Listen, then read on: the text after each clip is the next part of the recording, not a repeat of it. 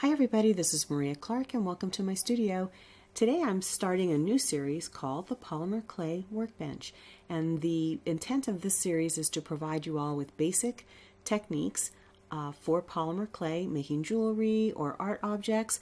Whatever we come across that we enjoy making, I'd like to share basics with you, answer some questions, and really do some tips and techniques. Today we're going to talk about bracelet forms. Let's go ahead and get started. There are a variety of types of bracelets. I've got here a bangle and some cuffs, and I'm going to talk to you a little bit about how to work with these various types of bracelets. I'm going to focus on the cuffs in today's session. If you were making a bangle, it's pretty straightforward, but you can see how the cuff goes on here. It's the way I do it's pretty flexible. A lot of people have a problem with cracking, and so I thought I'd show you how to add some strength and flexibility. The bangle's pretty straightforward. You just find a can or some kind of form that's about your wrist size, and you'll form your bracelet around the can, and I'm going to show you that at another point in time. And there's also these channel bangles that you can purchase, and you can insert clay into those channels and get some really beautiful looks. In today's session, we're going to focus on the cuff bracelet because a lot of people have problems with their cuffs. Polymer clay does react to heat, and as your body warms the clay up, it can deform, and also it can crack. So I'm going to show you how to use bracelet blanks to provide some strength and flexibility to your cuff bracelets. In this particular section that you're looking at here, this is a preformed purchased cuff, and I like these. What's nice about them, this one's probably about a half an inch. What's nice about them is they do have a rounded end. What I don't like about them is that they're really pretty stiff and a little bit thick, but they're a good option if you want to do that. I'll put some links below for you to find some of those.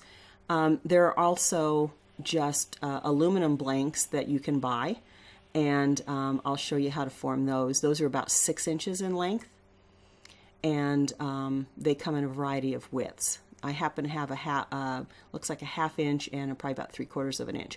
You can also purchase from the hardware store or in the metal section of your hobby store some lengths of metal strips. You do have to be careful that they bend well. And then the tools that you'll use are pretty basic depending on what you're doing. First, I have here, if you're going to actually cut your own length of metal strip, like this one I got at the hobby store in the metal section, you'll need some heavy-duty clips. You'll need your chain nose pliers, and if you want to invest in a bracelet tool, this is a bracelet bender. It's a really heavy-duty steel. You can also just use some things you can find around the house. This is just a glass jar that's about 1½ inches, and it works perfectly well if you're getting started and you don't want to do, too much of an investment. I'll show you how to use that. So, a couple of options here on how to go about making your bracelets. So let me show you, this is the purchased metal strips. You have to be a little bit cautious when you buy these. You're looking primarily for aluminum. This is an aluminum strip, and I've just measured out the 6 inches, and I'm cutting it with my heavy-duty snips. And I don't get all the way through this, so I have to sort of bend it, and it snaps. But you'll need some kind of heavy-duty snips. And then the end is often really sharp, so I just use a little emery board to clean that up a little bit and make sure that I don't have any sharp edges. And then you would just use this bracelet bender. You can see how simple it is to start to form the bracelet, and you just use that. It gives you a little bit of leverage so you can start to form it, and then I just use my hands to do the rest of the forming.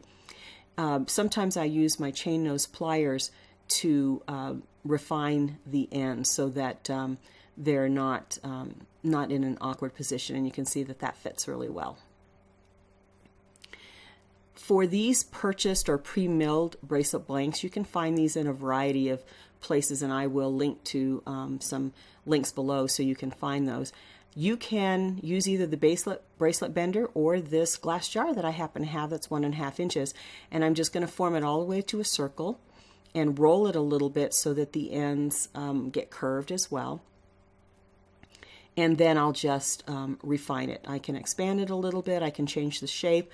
I prefer an oval shape, so I like to use the oval shape. And if I need to reform it around the glass jar, I can do that. It's pretty easy to do.